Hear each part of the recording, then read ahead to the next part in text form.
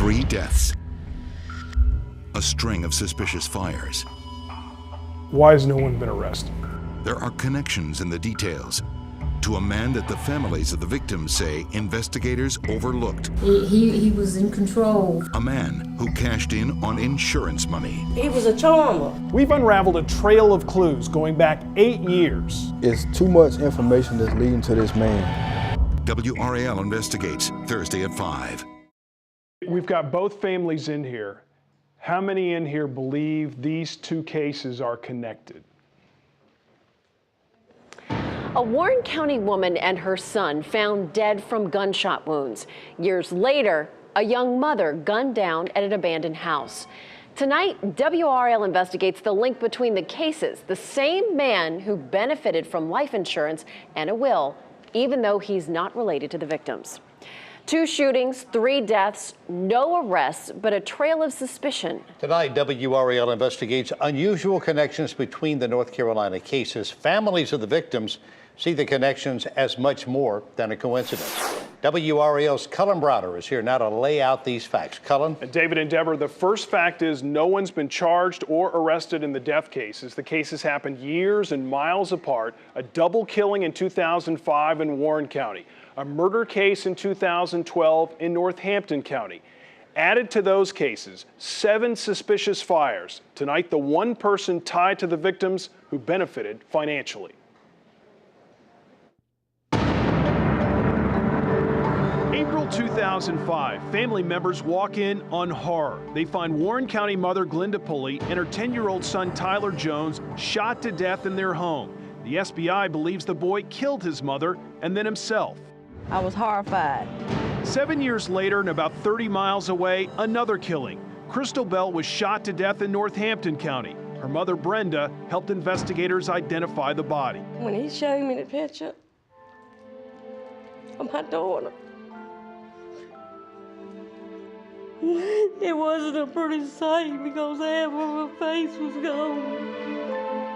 At first glance, the cases share little more than tragedy.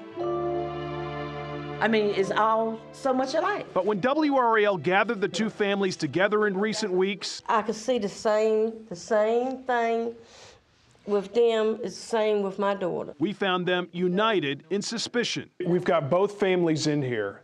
How many in here believe these 2 cases are connected? To this day, Glenda Pulley's loved ones say the SBI was too quick to conclude murder-suicide. And you know what I'm saying? They don't anywhere the little boy gonna shoot his mama. He cherished the ground she walked on. And he was scared of guns. Already stunned by the killings, the family was then shocked to learn about $750,000 in life insurance taken out on Glenda just months earlier. That's where her boyfriend, Dennis Carter, comes into the picture. All the money was directed to his mother. At first I got mad and kind of like, what the, you know what I'm saying? What's wrong with my sister, you know what I'm saying? According to search warrants obtained by WRAL, Warren County deputies had questions about Dennis Carter. The warrants show Carter had complete control over his mother's finances.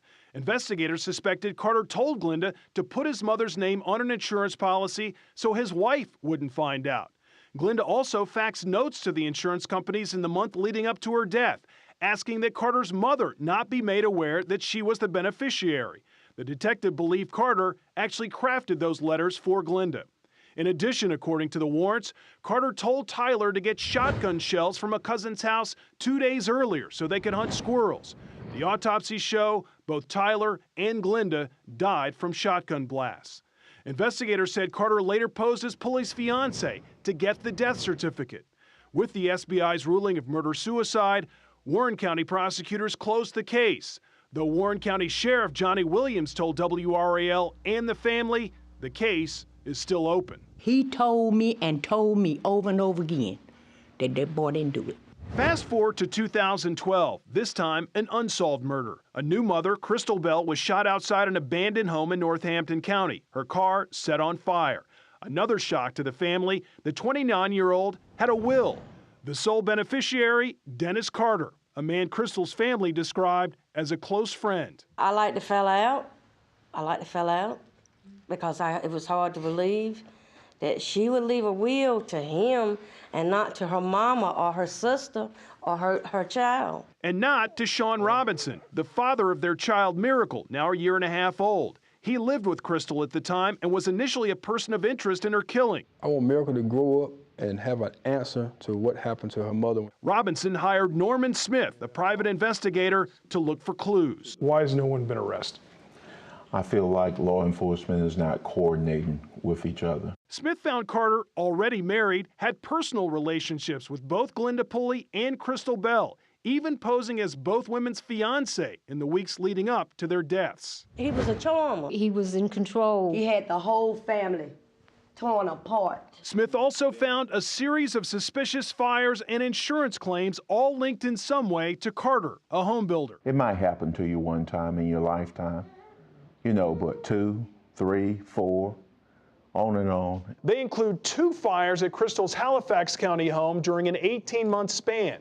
Both were ruled suspicious. She collected insurance money on those fires, money Crystal's family says is now missing. In 2007, a house Carter owned in Edgecombe County burned. It was part of a civil dispute, and a judge blocked Carter's attempt to transfer the property to his brother, calling the deal fraudulent.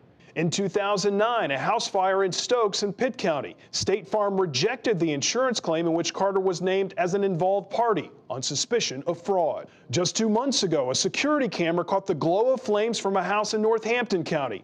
Tax records show that house is owned by Carter's relatives. And within the past year, 2 fires at this same house in Pitt County, owned by a family friend of the Carters. After the second of those fires, Dennis was arrested on felony larceny and forgery charges. The arrest record accuses Carter of forging the homeowner's signature on building permits so he could do the costly repairs. WRAL tried repeatedly to contact Carter by going to his Halifax County homes. We wrote him a letter and called. And just today, we received a letter from Carter's attorney stating simply, no comment. It's too much information that's leading to this man. And the people in this room feel the fires, the insurance, and the deaths are more than coincidence. Who has gained monetarily from these incidents? And it goes back and is pointing in one direction. Now, a spokeswoman tells us the SBI provided limited assistance in the Pulley case, but would gladly review any new information if asked to do so by the sheriff's investigators. The agency would not comment on the Crystal Bell case because that's an ongoing investigation.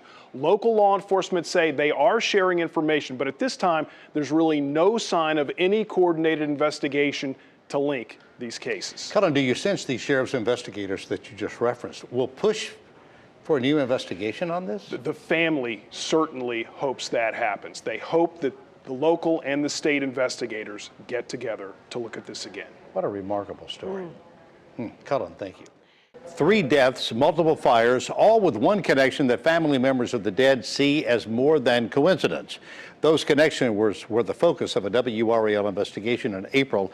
And today, the man who family members suspect had a role in the deaths had a chance to respond to the accusations.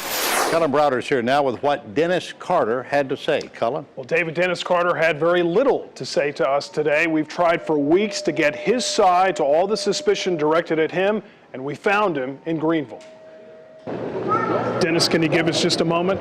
This is a way we've never seen Dennis Carter before, live and in person. We're just trying to give you every opportunity to talk. Carter never responded to our request to talk over the past several weeks, so we caught up with him at the Pitt County Courthouse. He had an initial appearance on fraud and theft-related charges.